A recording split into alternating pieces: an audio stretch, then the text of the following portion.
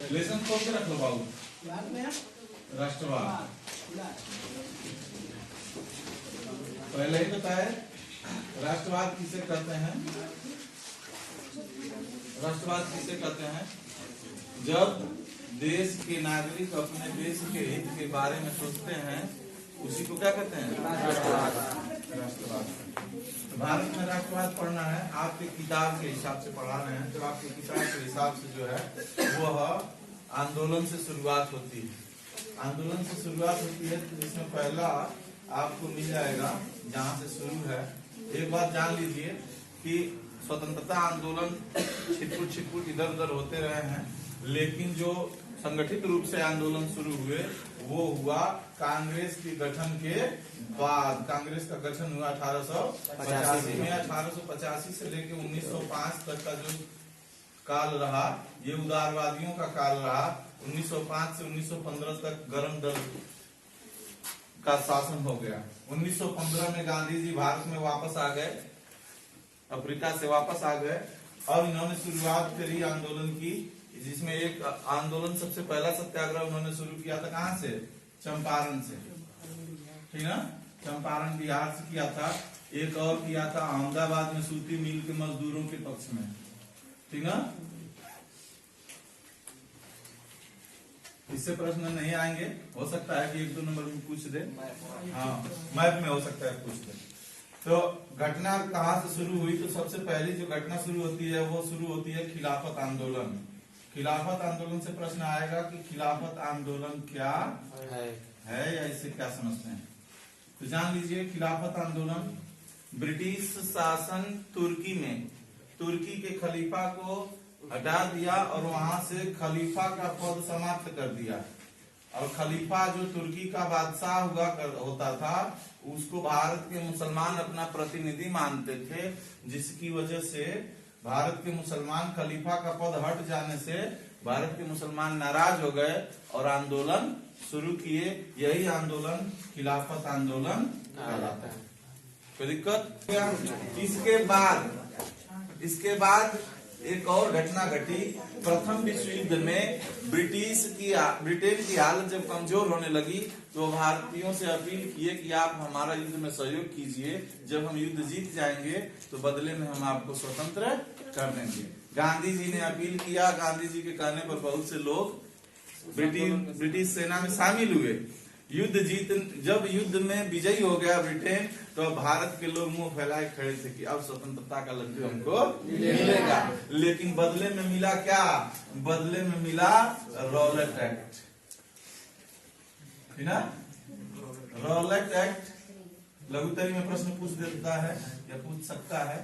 Rowlatt act सन 1919 यह एक ऐसा कानून बनाया गया जिस कानून के तहत किसी भी भारतीय को संदिग्ध पाए जाने पर शक के आधार पर गिरफ्तार कर लिया जाए।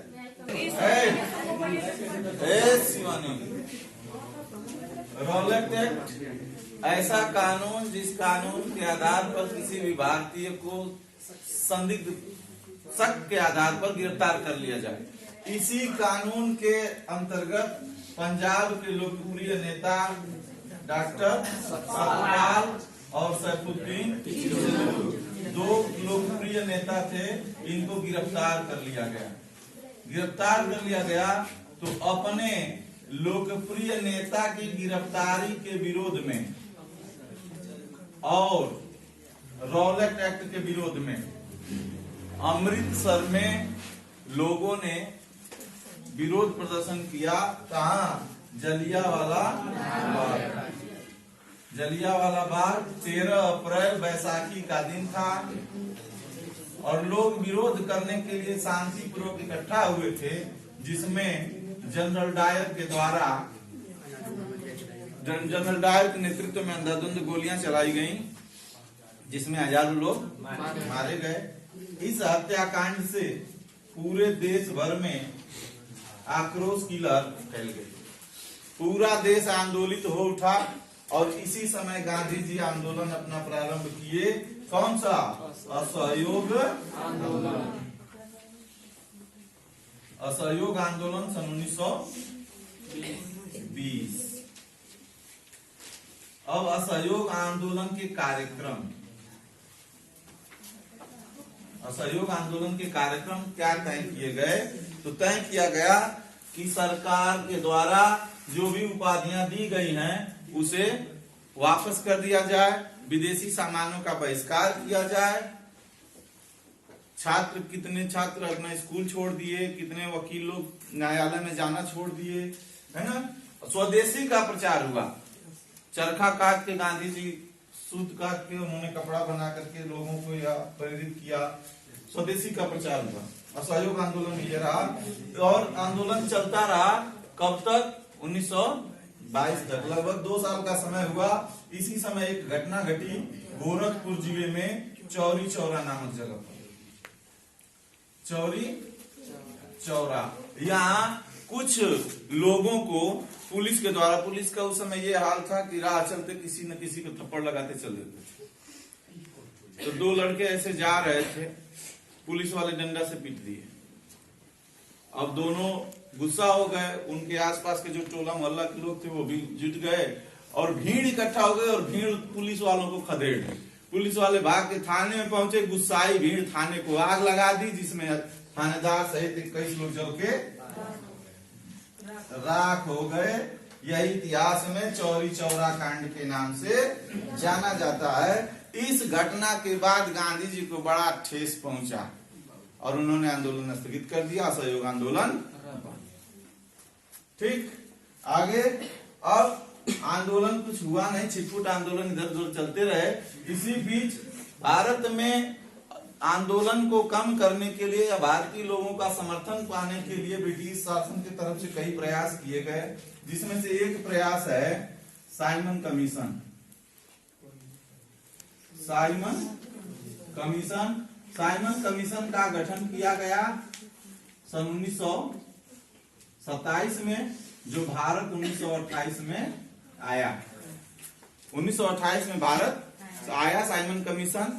सर साइमन के नेतृत्व में 3 सदस्य थे इस कमीशन में जो भारत आए, जिनकी यह भूमिका थी, उनका यह कार्य था कि वो भारत में आए और भारत में संवैधानिक व्यवस्थाओं, संवैधानिक संस्थाओं का प्रारूप क्या हो सकता है, किस प्रकार से देश की व्यवस्था चलाई जा सकती है, इस पर उनको रिपोर्ट तैयार करनी थी। भारतीयों ने खुद पुरजोर विरोध किया, इसलिए क्योंकि इसमें एक भी भारतीय नहीं थे और इसी का विरोध करने के लिए लाहौर में लाला लाजपत राय के नेतृत्व में विरोध हो रहा था, जिसमें पुलिस के द्वारा लाठीचार्ज की गई। लाला लाजपत राय की सिर पर चोट लगी और वो साइमन कमीशन ये। इसी बीच एक और हुआ,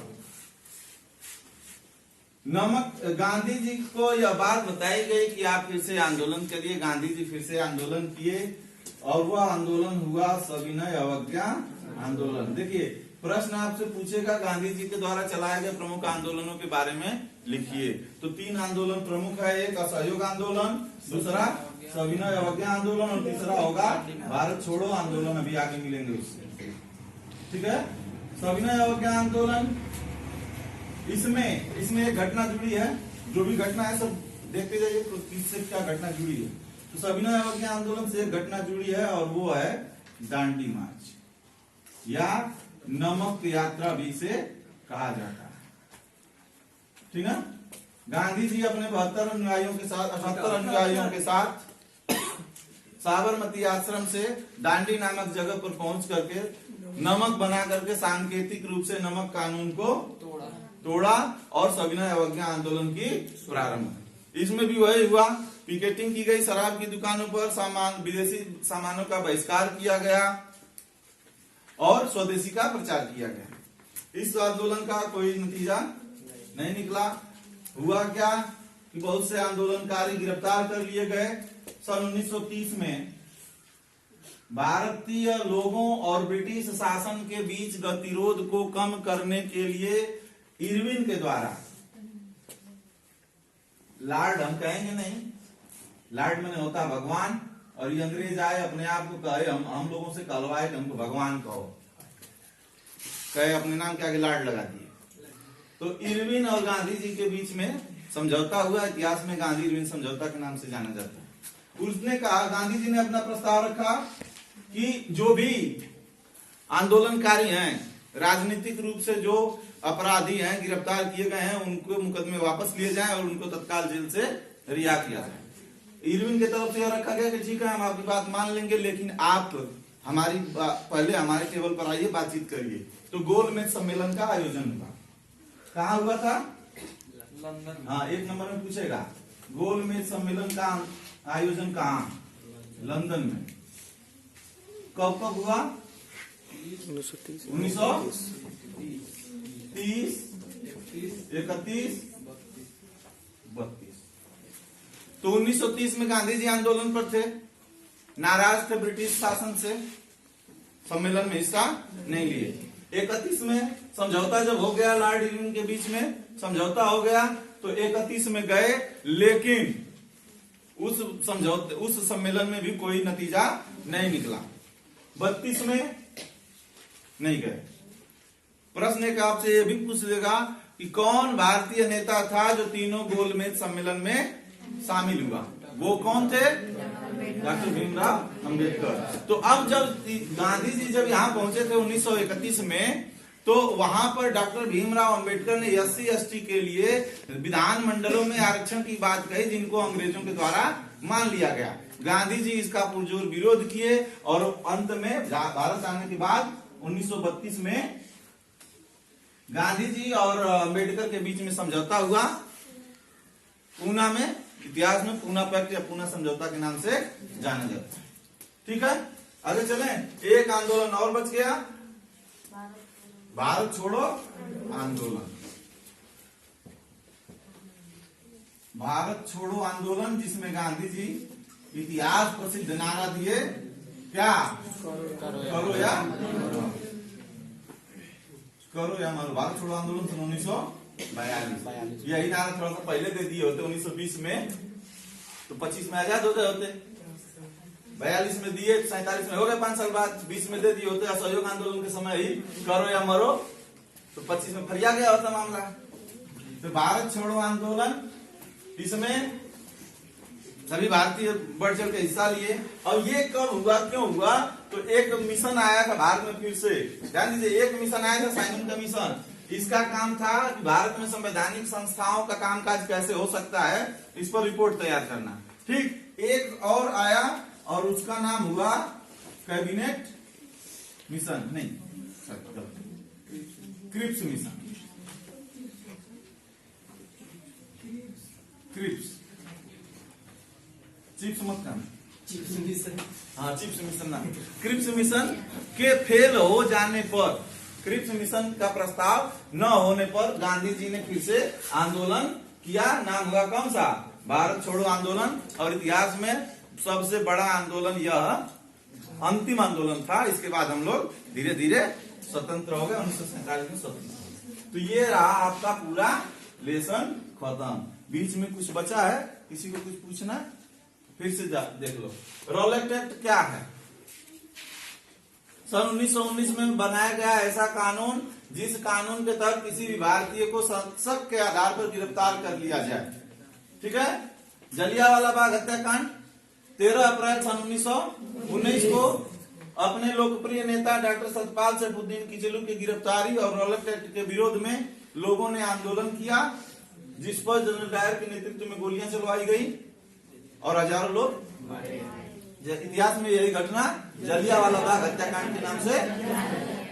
असहयोग आंदोलन 1920, असहयोग आंदोलन के कार्यक्रम तो विदेशी सामानों का बहिष्कार करना, सरकार के द्वारा दी गई उपाधियों का वापस करना, सरकारी न्यायालय सरकारी कार्यालय का बहिष्कार करना, स्वदेशी अपनाना। ठीक है ना। चौरी चौरा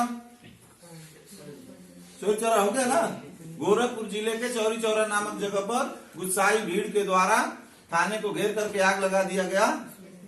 इतिहास में यही घटना चौरी चौरा कांड के नाम से जाना जाता है। साइमन कमीशन क्या है, क्या समझते हैं? तो भारत में संवैधानिक संस्थाओं का कामकाज पर रिपोर्ट तैयार करने के लिए गठित किया गया एक कमीशन था। 1927 में गठित किया गया, 1928 में भारत में आया। भारतीयों के द्वारा इसका पुरजोर विरोध किया गया।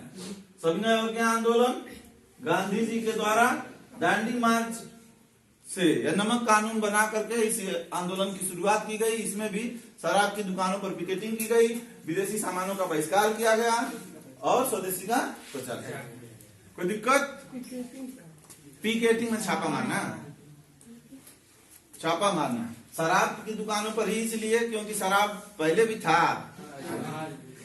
वो तो लॉकडाउन में देखे ना, सरकार सबसे पहले मेहरबानी दिखाई शराब पीने वालों के ऊपर।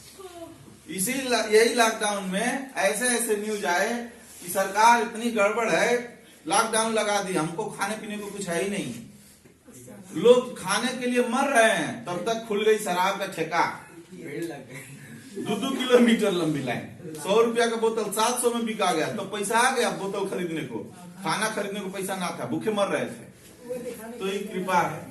ये हुआ हम लोगों का राष्ट्रवाद। हमारे देश में किसकी कमी है? केवल और केवल राष्ट्रवाद की कमी है। जब हर एक नागरिक यह सोच ले कि हम अपने देश का हित करेंगे तो कोई भ्रष्टाचार नहीं होगा। जो नेता लूट रहे हैं देश को, उनको आत्मज्ञान की प्राप्ति हो जाए कि यह किसका देश है, तो अपने देश को नहीं लूटेंगे। जो अधिकारी घूस ले रहे हैं, किसको लूट रहे हैं? अपने देश के लोगों को, तो नहीं होगा। केवल किसकी वजह से? राष्ट्रवाद जाग जाए, राष्ट्रवाद लोगों के मन में हो जाए तो 1 साल नहीं लगेगा, भारत फिर से सोने की चिड़िया बन जाए। लेकिन दुर्भाग्य है कि ऐसा होना नहीं। यहाँ तो यह हाल है कि अपना काम बनता, बाढ़ में जाए। जय हिंद, जय भारत।